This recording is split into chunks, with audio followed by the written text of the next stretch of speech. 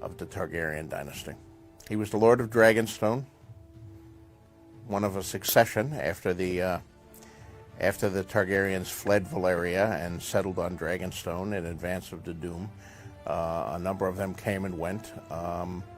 Mostly their eyes still gazed east toward Essos, but as the years passed and son succeeded father and brother succeeded brother,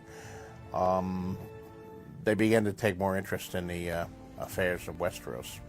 And Aegon finally decided to take over Westeros and unify the 7 kingdoms that existed at the time under a single rule. There is a lot of speculation that in some sense he saw what was coming 300 years later and wanted to unify the 7 kingdoms to be better prepared for the threat that he eventually saw coming from the north, the threat that we're dealing with in A Song of Ice and Fire.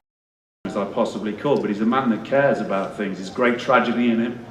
He loves his family, he cares about his position, but he's also carrying something else that's a kind of secret that's revealed in the show that kind of refers to the potential fall of man in the future. So there's lots of different things going on. The dream, it was clearer than a memory, and I heard the sound of thundering hooves, splintering shields and ringing swords. And I placed my heir upon the Iron Throne. And all the dragons roared as one. The Iron Throne is the most dangerous seat in the realm, and our line is vulnerable, too easily ended. Targaryens are closer to gods than to men. Succession. This is where the inventions start happening that really we didn't know about in the books, but it's an outline, and you wonder, maybe this was in George R. R. Martin's head, because they are consulting with him, and it matches well enough. After Viserys decides to officially name Rhaenyra the royal heir, there's a scene where he first informs her of this in private by bringing her down to the preserved skull of Balerion. Balerion, the dragon of Aegon the Conqueror, who forged the Iron Throne. I mean, literally, Balerion's flames were used to melt down the swords.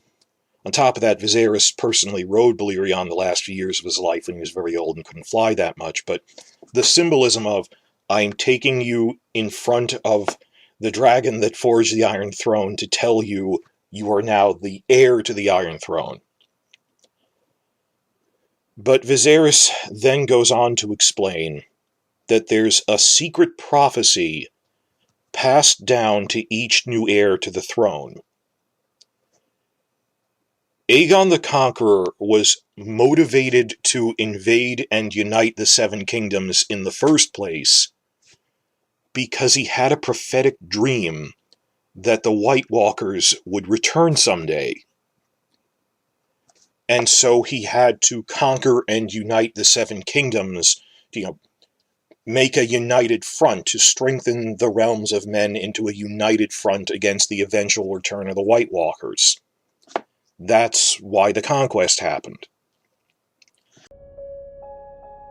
The dream, it was clearer than a memory, and I heard the sound of thundering hooves, splintering shields and ringing swords. And I placed my heir upon the Iron Throne. And all the dragons roared as one. The Iron Throne is the most dangerous seat in the realm, and our line is vulnerable, too easily ended.